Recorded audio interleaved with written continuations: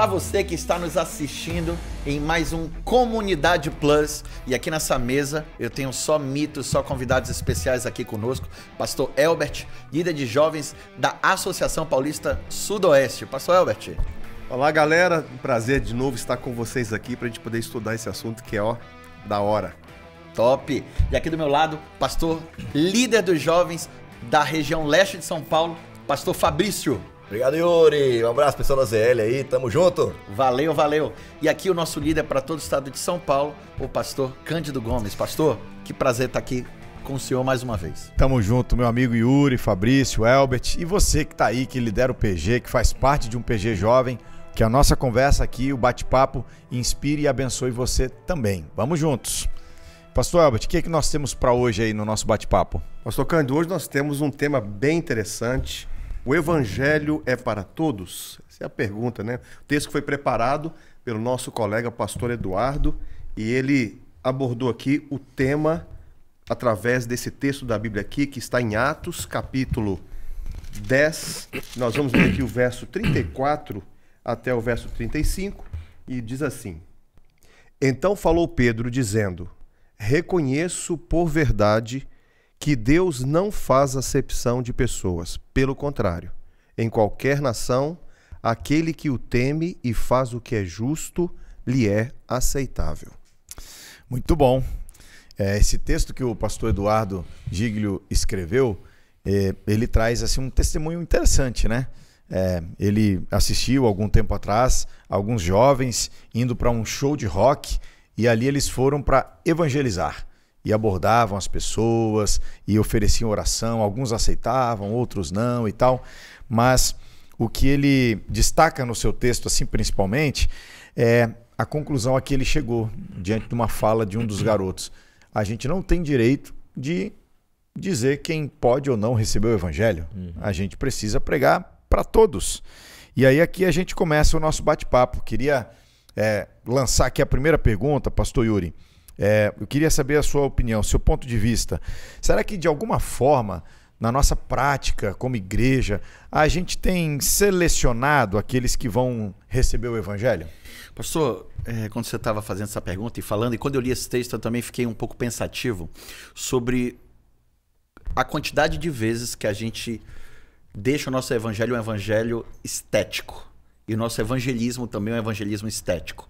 Então a gente vai ter muitas vezes a gente tem um costume de só evangelizar para aquele que vai ser mais fácil para a gente. Uhum. Então às vezes a gente olha e pensa, olha para essa pessoa e diz, esse cara já está perdido, esse cara está muito difícil, vai ser muito difícil eu conseguir alcançar essa pessoa, e a gente acaba deixando essa pessoa para lá, e a gente vai naquele que aparentemente é mais fácil, e a gente esquece que a obra ela é feita totalmente pelo Espírito Santo. Então a gente tem que tomar muito cuidado para a gente não transformar o nosso evangelismo num evangelismo estético. Porque dentro da arca tinham todos os animais, dos mais bonitinhos, dos mais fofinhos, aos animais que a gente não considera tão bonito assim. Mas só há salvação dentro da arca. Pode falar. E do estético você pode passar para o estatístico, né? Uau, peraí, cara. Peraí, o Elbert também tira umas, né?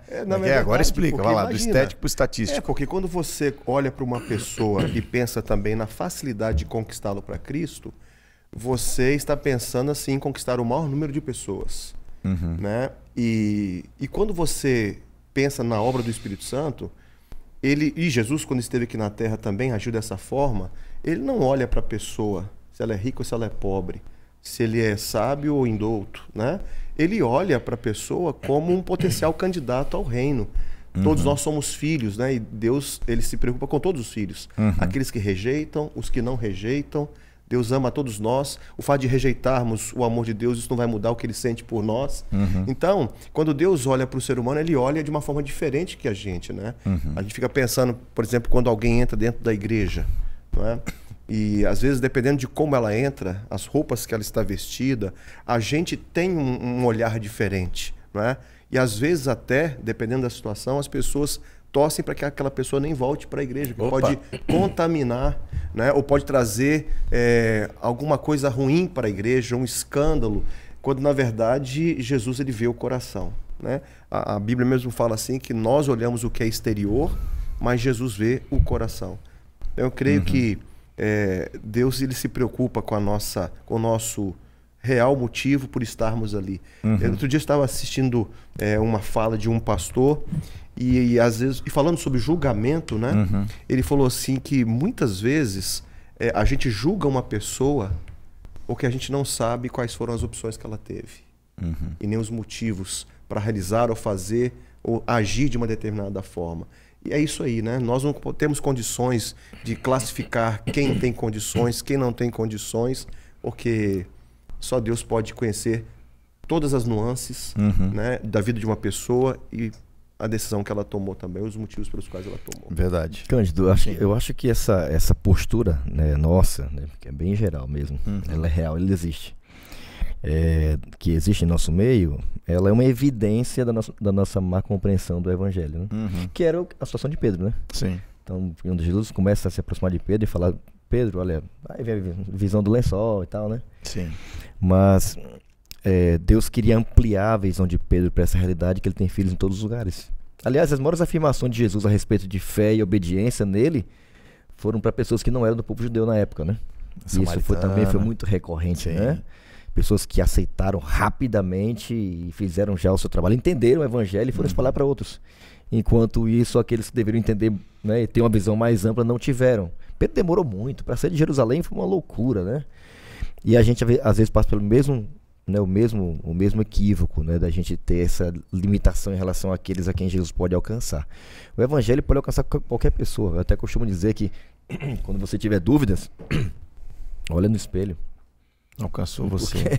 Me alcançou. Alcançou a gente, cara. Pode alcançar qualquer pessoa, né? Então eu acho que ter essa compreensão de que o Evangelho, por natureza, é para todos, né? João 3,16 é outro texto lindo, tá até mencionado aqui também, né? Sim. Ele morreu por todos, ele pode salvar qualquer pessoa. E a nossa tarefa ou missão é ver a partir da ótica de Jesus, né? E essa pergunta, né? Será que a gente não tem selecionado aqueles que vão ouvir o Evangelho? Gostei muito, claro, que todos colocaram, mas o Yuri startou essa resposta dizendo assim: parece que a gente tem uma preocupação com o sucesso da pregação, né? Quando, na verdade, o sucesso daquele que envia o Evangelho não é se a pessoa vai aceitar ou não. O sucesso é obedecer. Noé foi um evangelista de sucesso. Sim. Exato. Ele pregou. Citando a arca de novo, né? Ele entregou a mensagem, né? Então, esse é o sucesso. Ok, mas vamos para uma segunda pergunta aqui. Quero lançar para o pastor Elbert. A gente está pensando aqui em várias histórias. Você lembra de alguns exemplos na Bíblia em que Deus ele alcançou pessoas improváveis? Diferente daqueles que a gente parece que escolhe, né? Que estão mais abertos, que são solo mais fértil. Aqueles improváveis, pastor. Você lembra alguns exemplos? Cândido, o que me vem à mente aqui agora é o personagem bíblico que nós conhecemos como Zaqueu, né?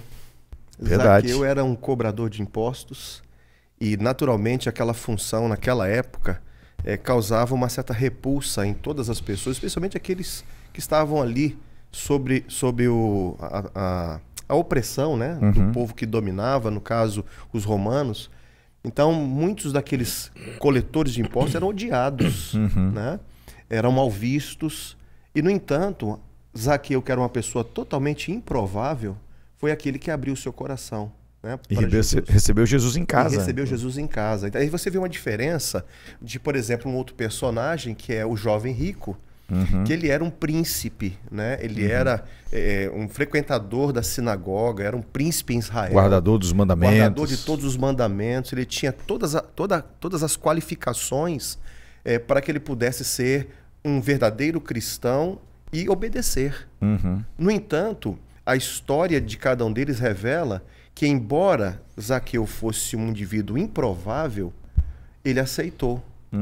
E, ao mesmo tempo, o jovem rico, que era totalmente provável, ele se demonstrou inapto para a salvação, porque Jesus pediu que ele pudesse deixar tudo, né? Dar para os pobres e segui-lo, e ele teria um tesouro no céu. Jesus prometeu para ele segurança, não é? Espiritual, salvação, e ele rejeitou. Mas você vê outros personagens improváveis também, por exemplo, como Maria Madalena, né? Verdade. Que era uma mulher completamente improvável, vivia, né, à margem da sociedade, e, no entanto, ela também se humilhou, ela também reconheceu o seu pecado e foi perdoada. Mas você encontra também uma outra mulher, que foi a mulher samaritana. Não é? A mulher samaritana, ao contrário, por exemplo, de Nicodemos, né? Que, embora Nicodemos também tenha aceitado, ele era um doutor da lei, mas Maria Madalena era totalmente, a samaritana era uma pessoa totalmente desqualificada também. Aliás, ela era uma samaritana, o resultado de uma miscigenação ali, de uma mistura de povos, né? No entanto, ela, mesmo tendo uma vida completamente irregular, Jesus encontrou no coração dela um espaço para que ele pudesse atuar e pudesse transformá-la também. E a lista é longa, né? Você ia falando aqui, eu ia lembrando também o que dizer de Saulo. Sim. Como é que Jesus alcança o que estava... Não é apenas que ele tinha perseguido, ele estava no caminho para fazer mais atrocidades e tal. Vocês lembram de algum outro? Raabe, cara, fiquei viajando aqui. Raabe, verdade. Naquela situação toda ali, né, cara? Sim. Foi uma das que mais se destacaram. Quem elas tornou depois, né? Sim. Fazer parte da genealogia de Jesus. A linhagem, né? do Messias que fantástico. viria. Nabucodonosor. Tudo isso que eu penso nessa história, muito se revela para um cara rei daquele. Pagão. Totalmente sincrético, um cara totalmente, né? E Deus se revela com um sonho, cara. O cara entende a princípio. Escreveu um capítulo da Bíblia. É muito louco, né? É muito louco. Enquanto vocês estavam falando todos esses nomes e são, eu só pensava uma coisa. A gente tem que parar com essa mania que a gente tem de tentar categorizar pessoas. Então a gente bota pessoas em categoria nessa busca pelo sucesso, pelo evangelismo da estatística. Sucesso, da estatística, do estético, e a gente tem que parar de categorizar pessoas e entender que a obra ela verdadeiramente é do Espírito Santo, e o Espírito Santo é o Deus dos improváveis. É verdade, por isso nós estamos aqui. Eu não fico pensando assim, né, ao ouvir os comentários de vocês, eu fico pensando assim, hoje, trazendo para os nossos dias, né? Às vezes você vê uma pessoa que é por exemplo, um alcoólatra, né? Quantas vezes a gente está congregando, participando de um louvor, ou numa pregação, a gente está envolvido ali nos trabalhos da igreja e entra uma pessoa embriagada na igreja, não é?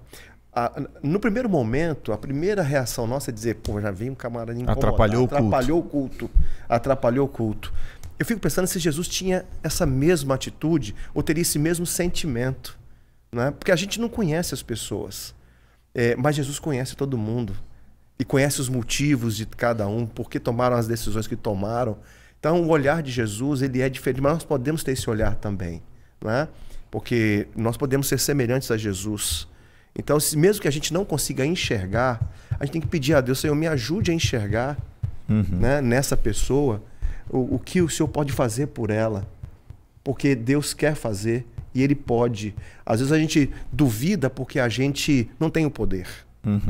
Mas aquele que prometeu é fiel e justo para cumprir todas as suas promessas. Ele vai transformar. Sensacional. Porque não há limites para o poder de Deus em nossa vida. Não há limites. Bênção. Olha... E o papo podia continuar muito, né? Muito legal. Obrigado, amigos, por esse bate-papo, esse momento tão especial. Mas aí no seu PG não precisa ter hora para acabar. Vai ter um suquinho, pipoca, um lanche simples, mas que vai ser muito importante para conectar os corações. Que seja uma bênção esse encontro aí na casa, no ambiente onde vocês se reunirem. Por aqui a gente fecha agora. Eu queria pedir, pastor Fabrício, você pode orar para nos despedir? Claro, vamos orar. Bondoso Deus e Pai, muito obrigado pelo Teu Evangelho, Senhor. Primeiro porque Ele nos alcançou, e quando a gente olha no espelho, quando a gente olha para trás, para a forma como o Senhor alcançou, às vezes um familiar antes da gente, um avô, e chegou até nós, ou a nossa vida mesmo diretamente, a gente era um desses improváveis, e o Senhor colocou o Teu Evangelho no nosso coração, nos fez compreender quem a gente é, o quanto a gente precisa de Ti.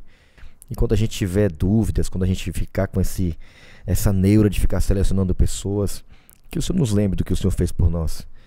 E que, a mesma forma que o Senhor nos alcançou, nos transformou, deu sentido na nossa vida, que isso seja a evidência de que o Senhor pode fazer isso na vida de qualquer pessoa. Amém. Nos leve até elas, faz de nós uma resposta de oração, alguém que está clamando por Ti. É a nossa oração em nome de Jesus. Amém.